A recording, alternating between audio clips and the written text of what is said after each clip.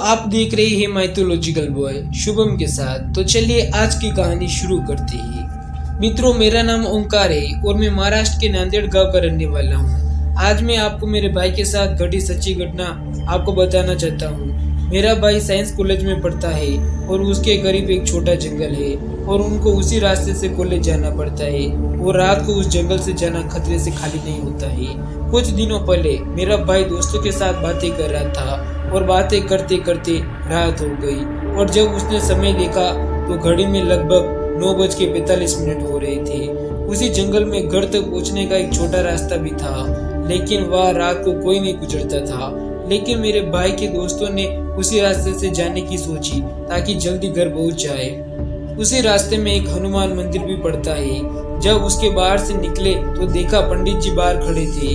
पंडित जी ने मेरे भाइयों को और उसके दोस्तों को रोका और बोले, बेटा तुम घर जा रहे हो तो मुझे भी साथ ले चलो, मैं भी काफी लेट हो गया हूँ और रास्ते में अकेले में जाने में डर लगता है। उन्होंने पंडित जी को भी साथ ले लिया। वो कुछ कदम चले ही थे कि अचानक उनको पीछे से सफेद रोशनी दिखाई दी और वो रोशनी एक बरगद के पेड़ के नीचे से आ रही थी।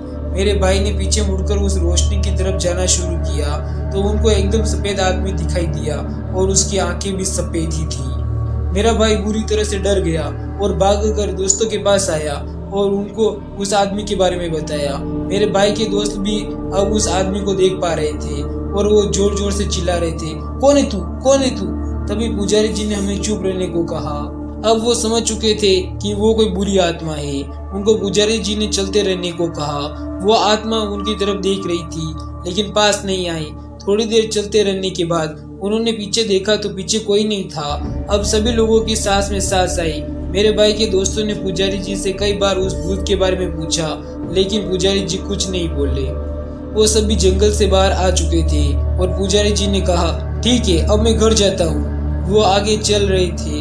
उन्होंने फिर पुजारी जी को बतलाने के लिए पीछे मुड़े तो देखा कि पुजारी जी गायब हो गए। वो एक बार फिर घबरा गए। वो महाद्रे को समझने के लिए पुजारी जी के घर गए तो पुजारी जी खाना खा रहे थे।